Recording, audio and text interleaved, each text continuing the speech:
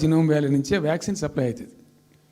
అట్లా ఎప్పుడో ఉన్న బయాలజికల్ ఈవెంట్స్ ఆ రాజుగారు స్థాపించారు ఆ కాలం 104 సంవత్సరాల క్రితం నిజాం పీరియడ్లో.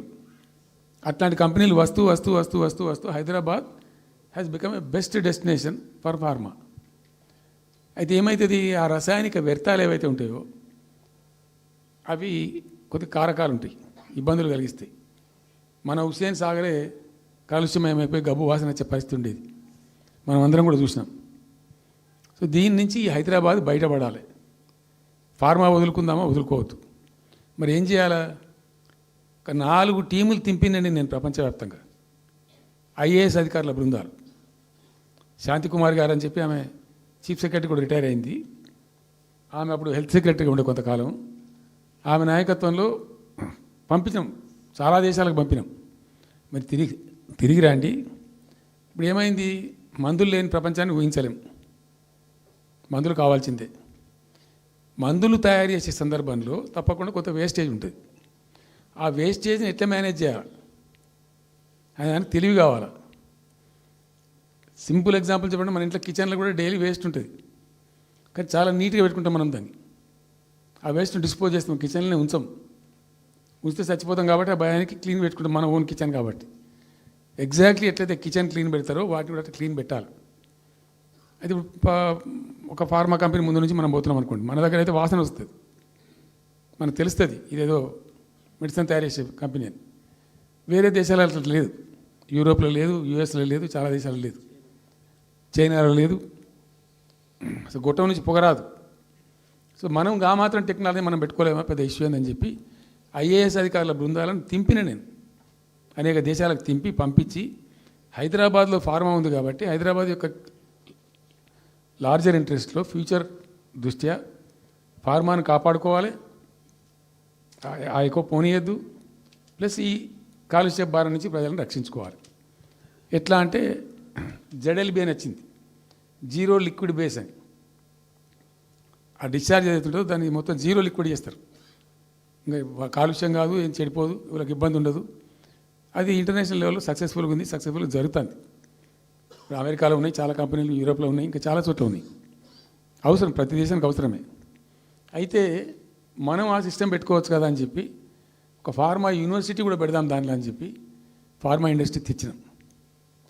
2 హెలికాప్టర్లు తీసుకొని ఆ ఫార్మా బిజినెస్ మెన్ ఎవరైతే ఉంటారో వాళ్ళని నేనే స్వయంగా పెట్టుకుని పోయి ఆ ముచ్చర్ల కాడికి పోయి తీసుకుపోయి చూపించి ఈ ప్లేస్ బాగుంటుంది కదా అంటే బాగుంటుందని చెప్తే దాన్ని ఫైనల్ చేసి చాలా కష్టపడి 5-6 సంవత్సరాలు పర్సూ చేసి రైతాంగంతో ఘర్షణ పడకుండా ఒక 20,000 ఎకరాలు పెట్టుకొని చేస్తే 14,000 ఎకరాల పైచీలకు వరకు 14,000 నెట్ వచ్చింది ప్రభుత్వానికి. 14,000 acres already acquired by government. చాలా ఎంఓయూలు జరిగినాయి, అన్నీ జరిగినాయి. మన లోకల్ వాళ్ళు రెడీ ఉండి. అయితే పర్టికులర్లీ జీడిమెట్ల, చెర్లపల్లి వీళ్ళు ఏమన్నారంటే, సార్ మాకు ఆల్టర్నేటివ్ స్థలం మంచిగా ఇస్తే మేము అక్కడికి వెళ్ళిపోతాం, ఈ బాధ మాకెందుకు, ప్రజలతో కూడా ఈ బదనాం ఎందుకు, ఆడ పెట్టుకుంటాం. పెట్టి కామన్ అఫ్లియంట్ ప్లాంట్స్ పెట్టి ఒక ఐఏఎస్ అధికారిని పెట్టి దాన్ని ప్రభుత్వ నిఘాలోనే ఈ రసాయనాలు వ్యర్థాలను ఇష్టం వచ్చినట్టు ఎటుపడితే పంపకుండా ఆ నియంత్రణలో జరగాలని చెప్పి పెట్టుకున్నది ఫార్మాసిటీ. దానికి ఎన్వైరాన్మెంటల్ క్లియరెన్స్ కూడా వచ్చింది. కేంద్ర ప్రభుత్వాన్ని ఒప్పించి ఎన్వైరాన్మెంటల్ క్లియరెన్స్ తెచ్చినాం. హైదరాబాద్ మొత్తం ఫార్మాను ఒకటే దగ్గర తీసుకుపోయి పెట్టాలి, ఆడ ఫార్మా సిటీ కట్టాలి, అక్కడ పనిచేసే ఎంప్లాయీస్ కూడా పొద్దాక ఇటు అటు తిరిగేటువంటి అవసరం లేకుండా మంచిగా బ్రహ్మాండమైన సిటీ రావాలి, వచ్చే సిటీకి కావాల్సినటువంటి ఆల్ ఇన్ఫ్రాస్ట్రక్చర్ రావాలి అని. చైనాలో నేను చైనా పోయినప్పుడు చూసినట్టు అది 70,000 ఎకరాలు వాళ్ళది, చాలా హ్యూజ్ ఫ్యాక్ట్. మనకి ఒక 20,000 acres అయితే మస్తు అవుతుందని చెప్పి మేము తీసుకొని చేసినాం. మెడికల్ కాలేజ్ కూడా మంజూరు చేసినాం ఆ పక్కనే, వీటన్నిటి దృష్ట్యా పెట్టుకొని. అంటే మేము ఒక పద్ధతి పెట్టుకొని దాన్ని ఒక సిస్టమేటిక్గా చేసినాం. చేస్తే ఇప్పుడు దాన్ని ఏందండి దందా, ఏదైనా చేసి దాన్ని నమ్మకదొబ్బన్నా. ఏం జరుగుతుంది రాష్ట్రంలో? ఫ్యూచర్ సిటీ, తొక్క సిటీ, ఎవరికి కావాలి నీ ఫ్యూచర్ సిటీ నాకు అర్థం కాదు. నువ్వు పెంచినావు హైదరాబాద్ను, ఎవరు చేసిన హైదరాబాద్ సిటీ? ఇంత వైబ్రాంట్ సిటీ ఎక్కడికి వెళ్ళొచ్చింది? 400 సంవత్సరాల చరిత్రతోని దీనికంతా ఒకటి బ్రోది జరిగి ఆటోమేటిక్గా పెద్ద సిటీ అయింది. అట్లా అన్నీ కావు, అందరికి కావు. ఎన్ని రాష్ట్రాలకు ఉన్నాయండి?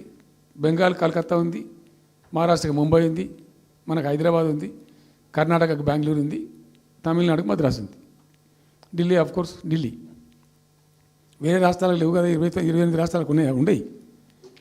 సో ఇంత మహానగరం నిర్మితమైంది. ఈ నగరం యొక్క భవిష్యత్తును దృష్టిలో పెట్టుకొని పెట్టిందే ఫార్మా సిటీ. ఈ సిటీ మొత్తం గబ్బులు వేసిపోవాలి ఇక్కడ ఉన్న దాంతో. నువ్వు తీసుకుపోయాలి ఫ్యూచర్ సిటీ, తోక సిటీ.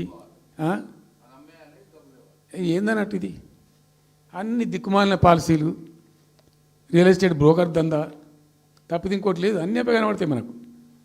మీరు పరిశీలనగా చూస్తే, పూర్తిగా చూస్తే అసలు చాలా గందరగోళం. గురుకుల పాఠశాల విద్యార్థులు చచ్చిపోతారండి. ఇప్పటికి 150